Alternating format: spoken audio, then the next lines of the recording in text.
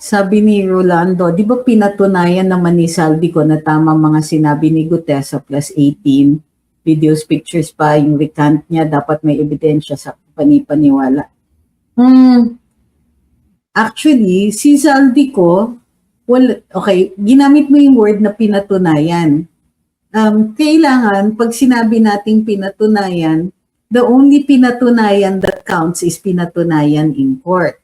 Pero pwede natin sabihin na may statement si former Congressman Saldico at may kaakibat na, ano ba to, photographic evidence and documentary evidence yung kanyang sinasabi. But his statement was made in a video statement. It was not under oath, and he has not executed an affidavit that can be submitted in a preliminary investigation. So, kumbaga, lahat yan, evidence. Tapos, testingin yung evidence na yan when it is presented in preliminary investigation and or in court. So, that's when it really counts. Pero, sa public debate, tama naman po kayo. Meron si Saldico na sinasabi na hindi pa na-overturn ni Gutesa regardless of his recantation. Feel ko itong flood scam, ituturo nila sa mga Duterte naman kasi si Claire nagpakuha ng file sa DPWH sa panahon ni PRD. Tapos si VP ang budget niya sa 2027 ay 845 million, kay BBM 10 million. So, alam naman natin yan eh, ituturo nila lahat sa mga Duterte. Si BBM na nga ang nagsabi noon eh, nag-umpisa daw nung panahon ng mga Duterte. Yung mga trolls, nakikita natin, ginagamit nila yung sinabi ng mga, ano ba to, ng mga diskaya na nakabalik sila noong 2016 or nakapag-umpisa ng 2016. That's not even evidence, pero they're overusing it on social media. Yes, we know that, hindi ito bago. Everything ituturo sa mga Duterte in the hopes na madi-discredit nila si VP Inday. Hindi natin kailangan gamitin yan para takutin ang sarili natin. Of course, they will do that. Pero tignan niyo si VP Inday, lahat hinagis na sa kanya. Ini-impeach siya, pinapailan pa siya sa hukuman, which would have been unheard of under any other administration. And yet, nakatayo siya. And yet, fighting words pa rin. Diba? Hindi fighting words. Fighting stance pa rin siya. Laban kung laban. Now, in VP Inday's case, this is not just a fight for political survival, but for her own survival, her family's survival. Because everybody is vulnerable. And for the survival of every person who assists her, no matter how small that assistance was. Because they're coming after us no matter what. The problem that they are facing, the problem that the administration is facing is kumbaga, ang dami. It's huge. Number one, they don't have enough time. Every day that passes na nag-survive si VP Inday, survive tayong lahat long enough to cast our vote for 2028. They keep coming up with new things, pero no matter what you think, okay, no matter how often you say bend the law, the Constitution is there. Bakit hindi makaumang ang prosecution? Puro parinig dun sa ano. Dapat i-revisit natin yung 16. Huwag kayong magpapatakot. That's the intent. But the Constitution is very clear. It says 2/3 of members. Ngayon, kung kaya nilang patanggalin enough senators, they would have done that a long time ago. Pero ang ginagawa lang nila, kinakasuhan. Yung mga kaso na yan, those are calculated to make these senators change their minds. Unfortunately, dahil sa sobra ng pahirap na ginawa nila, sumobra yung administrasyon eh. They don't know when to stop. Dahil kaliwat kanan paggamit nila ng mga kaso para takutin yung mga senador na wala na yung takot nila. Do you know how it works? Yung fear, yung use of fear, yung threats. Do you know how that works? The first time it happens, matatakot ka. The first time it happens, manlalamig ka, iiyak ka pa. Posible yun. Because you're looking at this and you're thinking, paano kung makonvict ako? Paano kung makulong ako? Paano ang pamilya ko? Paano ako? Will I survive? Meron pang ibang mag-iisip, may sakit ako, may sakit ang family ko, whatever. You will think all of these things and yes, you will be afraid at the start. But when you face a second complaint, it has less impact. And if you face several complaints, no matter what the penalty is, after that sasabihin mo na, F it. Fight na lang. That's how it works. Lalong-lalo na kung naniniwala ka talaga sa ginagawa mo. So, yung problema, yung iba, imbis na, mawala yung effect, napapaligiran sila ng mga tao na tuloy-tuloy silang tinatakot. Huwag po tayong magpapadala sa ganyan. So that's what they're also doing. Right now, yung mga, kaya balik yung tanong na pwede bang paguhin yung 16. Nag-rule na ang Senate Impeachment Court, umpisa pa lang. The number is 16, hindi yan mababago. And it doesn't matter how many opposition senators, how many minority senators are put in jail, that number 16 is not going to change. Yeah?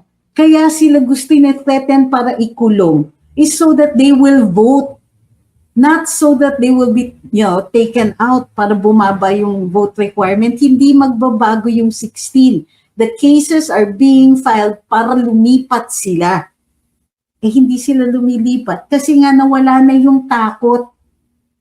Itong impeachment proceedings, because of the 16 vote requirement for conviction, malabong-malabo na yan na makonvict pa siya. Pero may mga nagtatanong pa rin, paano kung makonvict siya? May plans B to Z pa yan. Pero kayo na lang yung nagdududa. Kahit yung mga kalaban, kahit kausapin mo mga, and of course, hindi nila mapalalabas yung mga pangalan nila, na officials, kahit yung mga nasa kabilang parlor, kahit yung mga nasa kabilang side ng mundo, kahit yung diplomatic corps ang tanongin ninyo, hindi sila naniniwala na makukonvict pa si VP Inday.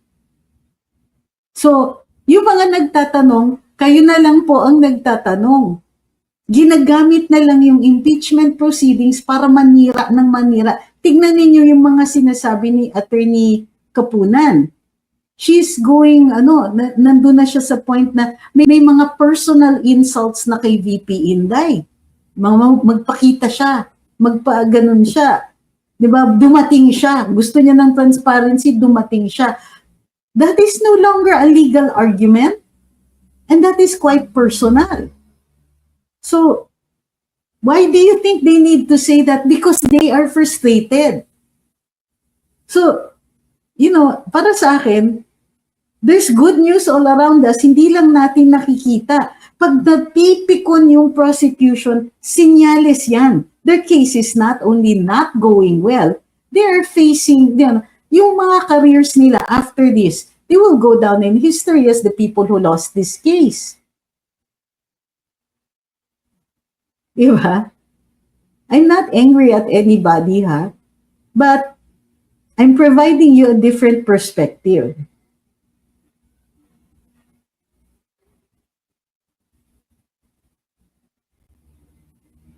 Yun sabi ni my channel, yung mga majority senators nga po, hindi pa nga sure for conviction sila lahat. Meron pa dyan nag-abstain. Oo, meron pa dyan na tinreten din. Tapos, sige, dililipat na lang kami. Biglang tumahimik yung mga kaso.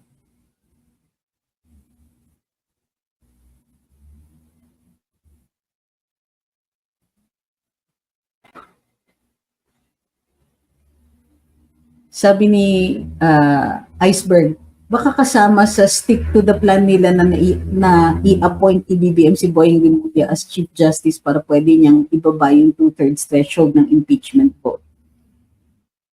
That is true, posible yan, pero kung si CJ lang ang papalitan niya, iisa pa rin lang siyang boses in a sea of 15 o 14, bale. In a sea of 15, nag-iisa siya. Ilan ang kakampi nila doon? O, ilan ang mga madi-disappoint dahil hindi sila yung na-appoint na CJ kahit may seniority. Ilan yung maiinis dahil it's a blatant show of force and power na yung isang tao na medyo walang judiciary experience and limited ang ang litigation. Hindi rin academic. So it's not that easy. It's not a matter of simply, lagay natin si dyan mananalo na. Hindi pa rin. Because that is the one place where we still have a fighting chance, the courts. Because you will still need the vote of a majority of 15. And ilan dyan ang appointee ni Duterte? Of course, hindi ko sinasabi na they will vote according to political lines. But if we are persuasive enough, not even if Attorney Remulla is placed as CJ, di ba? It will happen. It will happen na we will win. We will still win, or at the very least may fighting chance pa rin tayo. Kumbaga, hindi yan done deal. O sige, i-appoint siya na CJ. Matatakot ba ako dyan? Hindi. It only means na kailangan mas persuasive yung argumento ko. So that even if I cannot convince the court, I can convince the people.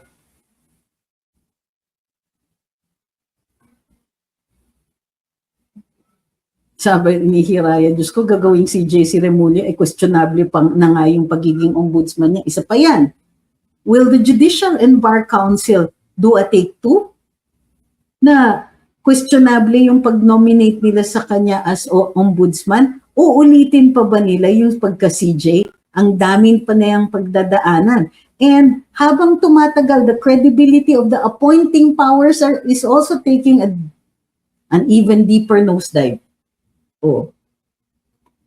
So para sa akin, yung mga single things na ganyan, it's not that simple. It never is. Merong iba nga na sinabi, sure thing na yan. Pag in-impeach si Inday, the administration will stop at nothing. They'll bribe everybody, etc. Bendalo. May bendalo powers na sila. Pero tignan mo, surviving ang VP Inday. It always surprises us. Ang daming nagsasabi, we're never going to win. It's never going to happen. Mawawala tayong lahat. Ang lakas-lakas nila. Sila bendalo. Ano nangyari? Ito, pang ilang article of impeachment, hindi pa rin tayo nakukonvince, and malaki yung factor na kailangan makonvince ang mga tao.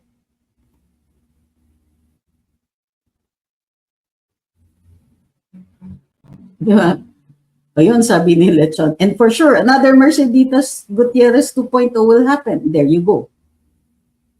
Diba? Yun yung diba? Ang hirap din ng sitwasyon na to. Kasi to talaga the massive, talaga yung scam na to talagang pinag-aralan. Hindi, ang masama dito is dinesign yung proseso. Di ba dapat ang proseso sa kahit anong bagay, kahit sa kumpanya, gawin mo para hindi mapagnakawan o hindi prone to corruption.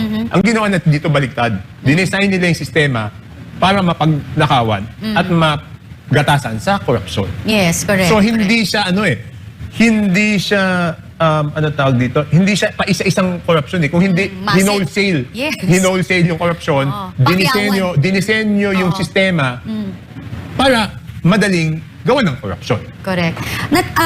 I remember Kong Toby, kayo ho ba kukunin din na witness ng ombudsman? Kasi I remember na wala ako, nasa kanila yun sila naman nagsabi na inimbitahan nila ako 2 beses at pumunta naman ako.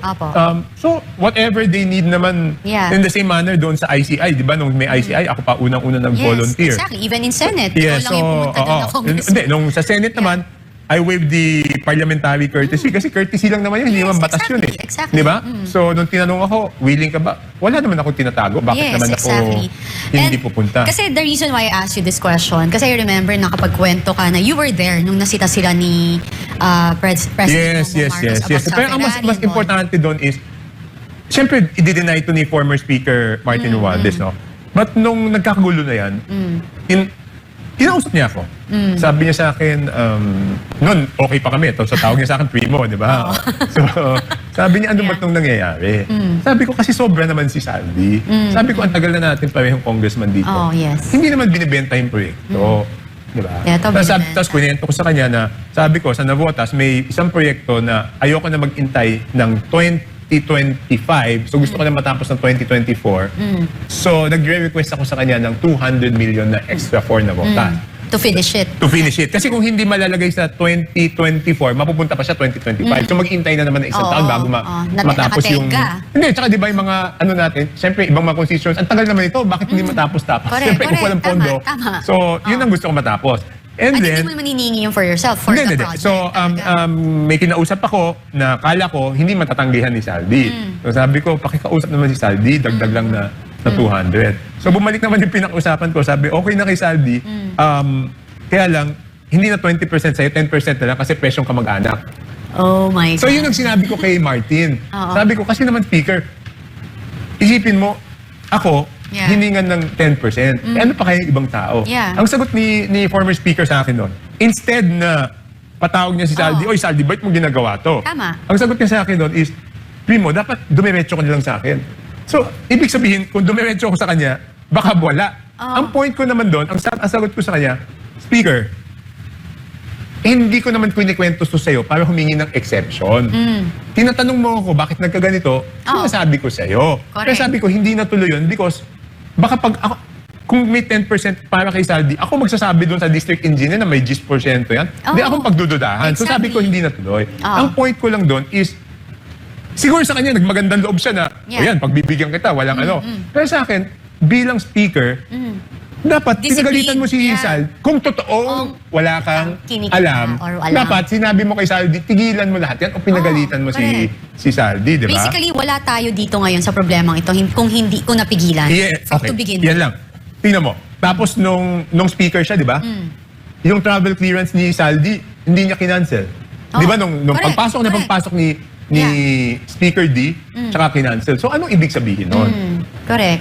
Talagang ang tawag ito, may protection na hindi mo maintindihan. Tsaka isipin mo si Saldi, ilan na yung 18 yung dito sa kabila. Yes. 20 yung nag-ano. Doon pa lang, 38. Saan ka nakita ng congressman na 38 ang bodyguard? Di ba? Ibig sabihin kung walang malakas na backer yun, Oo. ay may sobrang maliit na bagay, dami pero doon mo naman yun. makikita. Oo. Bakit ganun kadami? Hindi. Ibig sabihin, Oo. Gati, kung walang malakas na backer yung Saldi ko, Oo. makakakuha siya ng 38 yung Bodyguard. Kasi Correct. parang isang, ano ba yun? Oo, Isang diba? police station yata yun Oo, sa diba? probinsya. Ginawa Kaya niyang nga bodyguard. eh. Tapos, may mga, na lang naman, naririnig tayo na basta lahat meron siya eh. Kailangan lahat ng project meron siya. Hindi, yun ang problema eh, di ba? Hindi lang DPWH naman yan eh. That is what I would have wanted to hear from the president, no? Yeah. Na nung sa SONA, sabihin niya na, lahat ng departamento, labas nyo na yung ebidensya Yes. laban kay Martin, di ba? Kasi hindi lang naman DPWH yung pinakaialaman Yes, nila sa hindi nga lang daw. Hindi lang daw talaga. Diba? So, ano sa tingin mo na bakit hindi yun nabanggit? I don't know. I Yeah. just would have wished, kung ako yung gumawa ng speech niya, ganun Yeah. na lalagay ko. Yeah. Hindi ko alam bakit Hindi na nabanggit, no? yun. Kasi kung talaga ako nga para matapos na, yung para makita natin yung sincerity na talagang may gusto tayong panagutin, dapat umpisahan natin talaga to Hindi naman tayo namimili. Ang sinasabi Hindi. lang natin is Yung that totoo. doon sa lahat ng ebidensya, sa kanya nakaturo. Wala namang ibang tinuturo yung ebidensya kung hindi siya eh. Ang dami na nga. Di ba? Parang ang dami na ngang lumalabas. Ang masama, ang nakakalungkot lang, yung iba sa ating mga leader, it's either binabrush it off or imbes na pakinggan, pinapasama pa yung mga nag-witness. Kaya hindi mo rin maintindihan. Hindi, bakit that is ganun. what I was saying na hindi pa pwedeng double standard in anything, no? Yeah. Doon sa kalaban sa politika, hindi lang ombudsman nagtatrabaho. Yung ibang mga departamento ng executive branch nagtatrabaho. So dapat, ganun din kay Martin Romualdez. Dito parang pinabayaan na si ombudsman na bahala ka na, Yes. di ba dapat tulungan siya? Yes. So yun ang Oo. sinasabi ko because yung accountability dapat walang pinipili yan. Kakampi or kalaban, pantay. Kung ako, mas magagalit pa ako doon sa kakampi ko na gumawa ng kalokohan. Kasi mapapaya tayo eh. Kasi doon sa kalaban ko, wala akong pananagutan doon eh. Correct. Di ba? Doon nagkasala siya sa ilalim ng batas, hindi ako damay ang reputasyon ko hindi damay doon sa ginawa ng kalaban ko sa politika. Pero doon sa ginawa ng kakampi mo sa politika, damay ang reputasyon mo eh. Aminin natin, hindi siya nakasira doon sa Yes. sa trust rating ni BBM, di Si ba? Auntie Claire, aside naman. Okay. Ibang usapan naman yun. Ibang usapan naman yun, di ba? Iba naman yun. Pero ito nakasira eh, Oo, di ba? totoo naman. Totoo naman. So, di ba, dapat, mas galit ka pa nga doon dahil sinira yung tiwala. Dahil kung ang isang tao na malapit sa'yo, hindi ka dapat Pinapahamak. pinapahamak. Exactly. Kamag-anak mo pa. O kaya nga, Diba? kamag-anak mo, lalo hindi ka pinapahamak. Kung ang kamag-anak mo o isang malapit sa'yo ay pinahamak ka, parang kang trinidor nun eh. Exactly. Hindi parang talaga. Oh, tinraidor trinidor ka nun. Di ba? So, di ba dapat mas galit na galit ka nga dito sa Kamag-anak mo. kamag-anak mo, di ba? Yes. Because it took advantage Of the situation. of the relationship, di ba? Relationship, the trust. Eh yung kalaban mo, gumawa siya ng kalokohan, sarili niya, hindi ka nadadamay doon sa kalokohan niya eh. So para sa akin, ganun ang pamantayan ko pagdating sa, Yeah, at saka sa kahit anong bagay eh. At saka especially if you're, if you're the president of our country, dapat talaga walang kamakamag-anak, walang kaibig-kaibigan. Kasi yung loyalty mo talaga para sa bayan at sambayan ng Pilipino. Priority mo sila. Hindi, Kasi tama yun. Yun yung ano mo Yes. yun yung Pero kung may mandato eh. gumawa ng kalokohan at pati ikaw ay nadamay, eh dapat talaga panagutin mo itong... Yes, at agad-agad. Oo, di ba? diba? Huwag nang patagalin. Di ba? Yan, you're right. Di ba? Tinraidor ka na eh. Kaya ako ay, nung mayor ako, I expect, may mga batas tayo, di ba? Yes, opo. Pero I expected my department heads to have higher moral standards than what is legal. Ito ang legal, pero since department head kayo, eh dapat ang standards nyo eh mas mataas kaysa doon sa kung ano ang legal. Tama. Lalo na kung pumasok lalo na yung department head na pumasok nung ako ay mayor, mas mataas pa ulit dahil ako ang approve na maging department head kayo. Kasi kung hindi, pag kayong gumawa ng kalokohan, pati ako pag-iisipan ng tao na tinotolerate ko at the very least yung kalokohan na pinagagagawa niyo. Tama naman. O ngayon, Kong Toby, may batas o constitutional provision ba talaga na dapat tayong gawin for what's happening right now in our country? Alin yung sa corruption? Opo. Yung maganda sana is yung blockchain. Kaya lang parang nahinto eh. Hindi ko alam Oo nga bakit eh. eh. Actually sa House, ang pinasa na namin yung blockchain. Ang problema, matagal nang natutulog doon sa Committee on Appropriations. So pinatulog nila. Yun ang problema. Iniwasan. So dapat hindi gano'n, no? Dapat, ayun nga, inaasahan mo kasi ng Yan ang problema doon. It's part of the LEDAC priority bills. Again. again. Okay. Tapos pinatulog doon sa... Bakit kaya? may mga tao na ayaw nilang Ayaw matuloy na yung blockchain technology. Ako tigilan nyo yan. Sa akin kasi, alam mo, if they do not agree with the technology, wag naman patulugin. Idaan sa committee hearing. Let Yes. people, yung mga tutol doon sa technology, Sabihin nila. pagsalitain nila, pagdebatehan. Yes. Di ba instead yung hindi mo lang schedule for a committee hearing, hindi naman tama yun, di ba? Kung may duda kayo, idaan natin sa talakayan, idaan natin sa debate. Yun na naman ang tamang proseso eh. Tama. Kayo po, Kong Toby, kung meron kayong mensahe na gustong iparating sa ating presidente, ano ho yun? Naku, hindi naman makikinig sa akin. Kunwari man lang. Wag na lang, hindi naman Kunwari makikinig. lang, sige na. Wag na, hindi na makikinig sa akin yun eh. Tsaka alam naman niya how I feel about all these things, everything, no? I yeah. think alam niya how I feel about all these things. Kilala naman niya ako for a long time. Alam naman niya na alam niya that I've been like this ever since I Way became back. a politician, Yes, di ba? yes. So, alam naman niya yun eh. So, wala na akong dapat pa Sa kasamahan niyo mo, sa